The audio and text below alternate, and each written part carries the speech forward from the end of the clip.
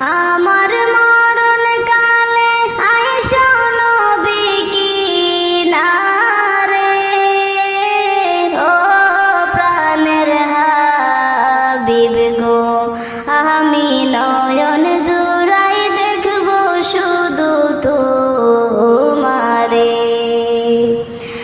আমার মরণ কালে আইসো নবী কিনারে, ও প্রাণের হাবিব গো, আমি নয়ন জুড়াই দেখব শুধু তোমারে। আমায় যখন রাখা হবে অন্ধকার কবরে, আমায়